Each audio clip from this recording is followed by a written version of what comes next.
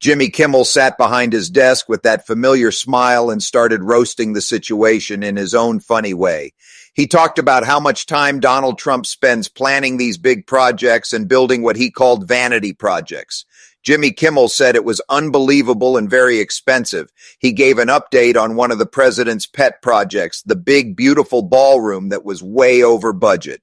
According to the Washington Post, on March 31st, Donald Trump said the ballroom would cost $400 million and would be completely free for taxpayers. But 3 weeks before that statement, the contractor had already given an estimate of $600 million, and more than half of that money would come from taxpayers. Jimmy Kimmel looked at the camera and said he did not want to alarm anybody, but it would appear that the President of the United States may have been lying. He reminded everyone that people saw this coming. The moment Donald Trump promised it would not cost any taxpayer dollars and called it his gift to the American people, everyone knew the public would end up paying. Jimmy Kimmel compared it to a friend who takes you to dinner and says, "Don't worry, it's my treat," but then makes you cover the tip, the tax, the appetizers, desserts, and the Uber ride home. He joked that when they finally finish building the ballroom and Donald Trump puts his name on it, the next president should use it to hold the biggest and gayest pride party of all time. The audience laughed and Jimmy Kimmel delivered the line with perfect timing. That was his way of poking fun at the whole situation while making a serious point about the cost and the broken promises. Jimmy Kimmel has a special talent for mixing humor with real criticism. On this night, he used the ballroom story to show how Donald Trump's big projects often end up costing more than promised and how taxpayers end up paying the bill. He did not just read the numbers. He made the story funny and easy to understand. People in the audience and watching at home could picture exactly what he meant with the dinner analogy. It felt relatable. Everyone has had that friend who says they will pay, but then finds a way to make you cover most of the cost. Jimmy Kimmel used that everyday experience to explain a big government project. He also added the joke about the Pride Party to give the segment a fun and cheeky ending. The audience loved it. They laughed loudly because the line was bold and unexpected. Jimmy Kimmel knows how to entertain while making a point. This segment was a perfect example of his style. He takes current events, adds humor, and helps people see the story in a new light. The ballroom project became more than just a construction story. It became a symbol of broken promises and expensive vanity projects. Jimmy Kimmel made sure his viewers understood the numbers and the humor at the same time. He kept the tone light, but the message clear. Donald Trump had promised one thing, but the reality was much more expensive. Taxpayers were on the hook for hundreds of millions of dollars. Jimmy Kimmel did not let the audience forget that. He repeated the key details so everyone understood what had happened. The segment flowed naturally from serious reporting to sharp jokes. This is why many people tune in to Jimmy Kimmel. He makes politics entertaining without making it too heavy. He lets the audience laugh while still thinking about the real issues. The ballroom story gave him plenty of material. The difference between the promised cost and the actual cost was huge. Jimmy Kimmel highlighted that gap and made it memorable. His comparison to the friend at dinner stuck with people. It was simple and effective. By the end of the segment, the audience was laughing and nodding along. They understood the criticism but enjoyed the delivery. Jimmy Kimmel ended on a high note with the Pride Party joke. It was the perfect punchline to close the bit. The whole segment felt complete and satisfying. Viewers left the show talking about both the humor and the serious questions about government spending. This is how late-night comedy works best. It uses real news to create funny moments that also make people think. Jimmy Kimmel had done exactly that with the ballroom story. He turned a budget overrun into entertaining television. Donald Trump's project had given him great material, and he used it well. The audience appreciated the honesty wrapped in jokes. They felt informed and entertained at the same time. This opening segment set the tone for the rest of the show. More stories about Donald Trump's projects were coming, and Jimmy Kimmel was ready to have fun with all of them. The night was young, and the jokes were just getting started. Donald Trump stood tall and spoke with clear confidence when he talked about this big project. Donald Trump compared the structure to some of the tallest buildings in the world, like the Empire State Building, the World Trade Center, and the Sears Tower in Chicago. He explained that if you laid it on its side, you would need 2 or 3 of those famous buildings just to fill the length. Donald Trump said the width was almost 200 feet wide, and the total length, including everything, was close to 2,500 feet. He told everyone that they were going to be very proud of it. He promised it would last for 50 to 100 years before anything needed to be done. Donald Trump described the material as very strong and powerful. He said they had chosen a special color called American flag blue. There were other color choices available, but they went with this one. Before this, it was just gray, the natural color of concrete and stone. Donald Trump said the finished project was going to be really special. He spoke with excitement in his voice as he painted this picture for his audience. Donald Trump wanted people to feel the same pride he felt about the project. He used big numbers and comparisons to famous buildings to show how impressive it was. The length, the width, the strength, and the special color all came together in his description. Donald Trump made it sound like something truly grand and lasting. He emphasized that it was built to last for many decades. This was important to him. He wanted people to know it was not a cheap or temporary thing. It was strong, powerful, and beautiful with that American flag blue color. Donald Trump seemed genuinely excited as he shared these details. He talked about moving away from the plain gray look to something much more special. The audience listened closely as he described the scale of the project. The comparisons to the Empire State Building and other landmarks helped them understand just how massive it was. Donald Trump used simple but strong language so everyone could follow along. He did not rush through the details. He took time to explain the width, the length, the material, and the color choice. This made the description feel complete and impressive. Donald Trump wanted his listeners to share his vision. He told them they would be very proud when it was finished. That promise of pride was important. He wanted people to feel connected to the project. The American flag blue color was a nice touch. It added patriotism to the description. Donald Trump made sure to mention that it was a deliberate choice. They could have picked something else, but they chose this special color. The whole speech felt like Donald Trump was selling a big dream. He wanted everyone to see the project the way he saw it, as something grand, strong, and uniquely American. This kind of speaking is typical for Donald Trump. He uses big numbers and bold descriptions to make things sound important. In this case, he was talking about a real construction project and he wanted to generate excitement. People listening could picture the massive size and the beautiful blue color. Donald Trump painted a positive picture and avoided any talk of problems or extra costs. He focused only on the impressive parts. The length, the strength, the color, and the long lifespan were all highlighted. This helped create a feeling of pride and success. Donald Trump ended by saying it was going to be really special. That simple line carried a lot of weight. It showed how much he believed in the project. The audience responded to his energy. They could feel his enthusiasm. This part of the story gave a very different view from the criticism Jimmy Kimmel had made earlier. Where Jimmy Kimmel focused on costs and broken promises, Donald Trump focused on scale, strength, and beauty. The contrast was clear. One side saw problems and overspending. The other side saw greatness and national pride. Donald Trump's description helped his supporters see the project in a positive light. They imagined something grand and lasting. The American flag blue color became a symbol of that pride. Donald Trump used his speaking style to turn a construction update into an inspiring story. He made the numbers sound exciting instead of worrying. This is how he connects with his audience. He sells the vision, and the dream. People who support him enjoyed hearing these details. They felt proud just listening to him describe it. Donald Trump had given them something to look forward to.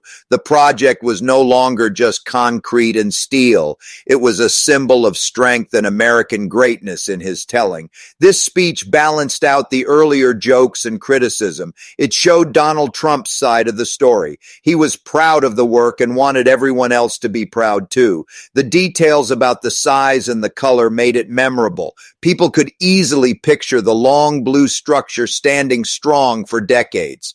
Donald Trump had done what he does best. He made it sound bigger than life. The story continued with this positive vision, even as other voices raised questions about the cost. Donald Trump stayed focused on the greatness of the finished product. His words left many supporters feeling optimistic about the project. This back and forth between criticism and proud defense is what made the entire topic so interesting to follow. Donald Trump had given his full enthusiastic description. Now the conversation had both sides clearly presented. The audience could decide for themselves what they believed. The storytelling around this project was far from over, but Donald Trump had made his position very clear in this part. Jimmy Kimmel kept the laughs coming as he moved to the next story on his show. Jimmy Kimmel talked about what should have been the easiest construction project of all, the reflecting pool on the National Mall. He said Donald Trump had spent reportedly $14 million to update it. Donald Trump wanted to resurface and repaint the pool because he did not like the way he looked in it. He chose to paint it American flag blue. The project was finished last week, but not even a week later, the pool was already completely green. Jimmy Kimmel joked that it was now Mexican flag green. He said that is what the White House calls residual algae. Workers were out there dumping gallons of hydrogen peroxide into the water. Jimmy Kimmel added a funny line that this is also how Donald Trump colors his hair. Experts said that painting it dark blue actually made the problem worse because darker colors hold more heat and algae grows better in warmer water. Jimmy Kimmel reminded everyone that Donald Trump had promised to drain the swamp. Instead, he said Donald Trump spent $14 million of taxpayer dollars building a new one. He joked that the next step might be to move St. Patrick's Day to July and claim the green color was on purpose. Jimmy Kimmel pointed out that Donald Trump owns hotels, so you would think keeping a pool clean would be something he could do well, but he couldn't even get that right. Jimmy Kimmel said this situation had become a real problem for Fox News. They can agree when Donald Trump says the sky is green, but when he says the pool is blue and it is clearly green, they have to find a way to make it work. Jimmy Kimmel did a funny impression of a Fox News report at the pool. He said they would claim it is painted American flag blue and that Democrats are lying about the green algae. He joked that pool cleaners are working hard right now and no other president would have done something like this. Jimmy Kimmel continued the bit by saying Abraham Lincoln would not have done it because he did not have the courage. He made fun of how people were going off the deep end with this very shallow pool. While Fox News tried to spin the story, Jimmy Kimmel said other outlets were having fun with it. He mentioned the team from Real America's Voice wearing Reynolds Wrap hats and claiming the algae was sabotage. Jimmy Kimmel delivered all of this with perfect comic timing. The audience was laughing throughout the segment. He took a real story about a failed pool renovation and turned it into comedy gold. The contrast between the expensive blue paint and the quick return of green algae gave him plenty of material. Jimmy Kimmel used the situation to poke fun at Donald Trump's projects, the cost to taxpayers, and the way some news channels defend every decision. He made the serious issue of government spending entertaining and easy to understand. The hydrogen peroxide joke, the hair color line, and the St. Patrick's Day joke all landed well with the crowd. Jimmy Kimmel knows how to mix real news with sharp humor. This reflecting pool story became one of the highlights of the show. It showed how even simple projects can become complicated and expensive when big promises are made. Jimmy Kimmel helped his audience see the funny side while also understanding the bigger point about accountability and results. The segment flowed smoothly and kept everyone engaged from start to finish. Jimmy Kimmel had taken another Donald Trump project and turned it into memorable late-night television. Jimmy Kimmel saved one of the wildest stories for the end of his monologue. He introduced a story about Robert Kennedy Jr., the man in charge of health matters under Donald Trump. Jimmy Kimmel shared what Kennedy's own sister, Carrie, told on another show. She described what happened at her 4-year-old daughter's birthday party. Carrie said she found a snake. She called her brother Bobby for help. Robert Kennedy Jr. grabbed the snake while he was holding his infant son. He stuffed the snake into a pillowcase. Then he reached into the bag and the snake started biting his hand. He pulled the snake out anyway to show the kids. Next, there was a creature that looked like a mole mixed with a mouse. Robert Kennedy Jr. grabbed that with his bare hand and put it into the bag with the snake. All the kids screamed. Then he shoved his hand back into the pillowcase and grabbed the snake again, which bit him a few more times. Jimmy Kimmel reacted with disbelief and joked, "Now that's a fun uncle, huh?" He called it the old snake in a pillowcase trick. The story continued. Later, they went to Robert Kennedy Jr.'s house about a mile away. There were lots of kids swimming in the pool. He took the same snake that had bitten his hand and released it into the swimming pool with the children. Jimmy Kimmel pointed out the irony that this is the same man who is worried about adding fluoride to the water. He said this is something the Joker would do. Jimmy Kimmel called it one of the nuttiest stories he had ever heard.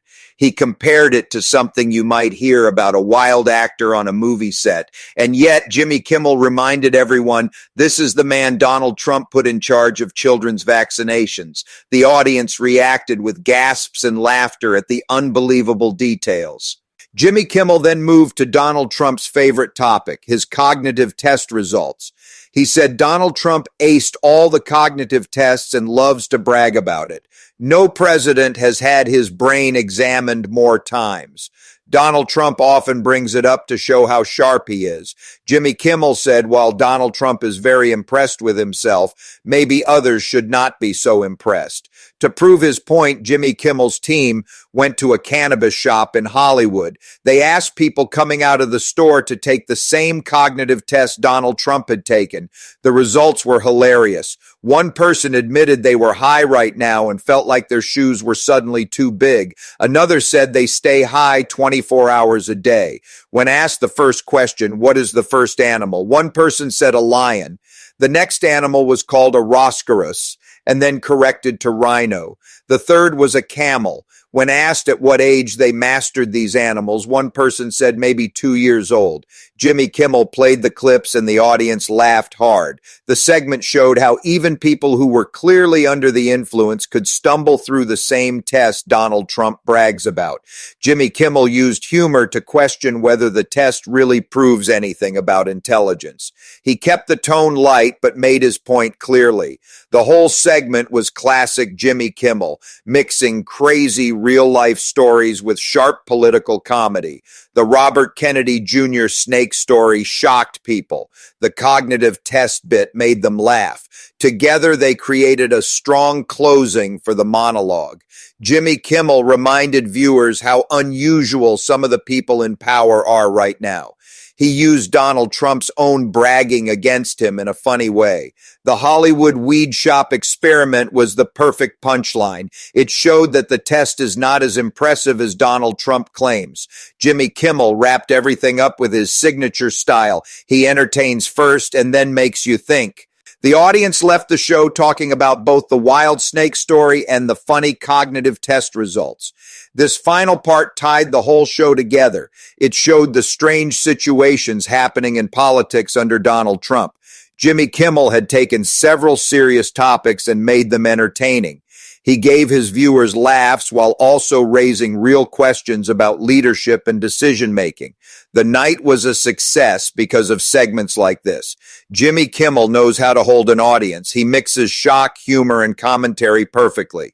The Robert Kennedy Jr. story was so unusual that people will remember it for a long time. The cognitive test prank was clever and timely. Jimmy Kimmel had done what he does best. He turned the news of the day into must-watch television. The audience felt informed, entertained, and ready to talk about what they had seen. This kind of storytelling keeps late-night shows popular. Jimmy Kimmel ended the segment on a high note, leaving everyone smiling and thinking at the same time. The full monologue had covered expensive projects, failed renovations, strange personal stories, and political bragging. It was a complete and satisfying night of comedy with a bite.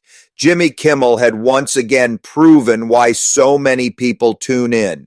He makes the news fun while never letting the audience forget the serious side. The stories about Donald Trump, the projects, Robert Kennedy Jr., and the cognitive test all came together to paint a memorable picture. Viewers went to bed laughing, but also reflecting on what is happening in the country. This is the power of a well-crafted late-night monologue. Jimmy Kimmel delivered it perfectly from start to finish.